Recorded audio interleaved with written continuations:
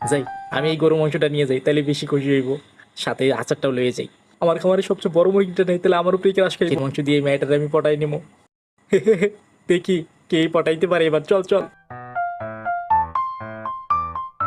Aunty, ধরেন ধরেন, এগুলো সবই টাটকা। এলো আচার।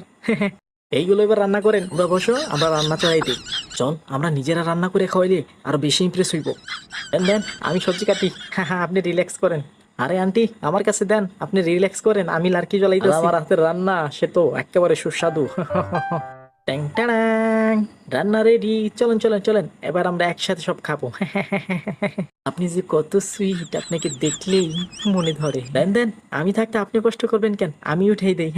এই ধরেন, এটা আমার নিজের হাতের বানানো আচার, টেস্ট করে দেখেন কিরকম মজা।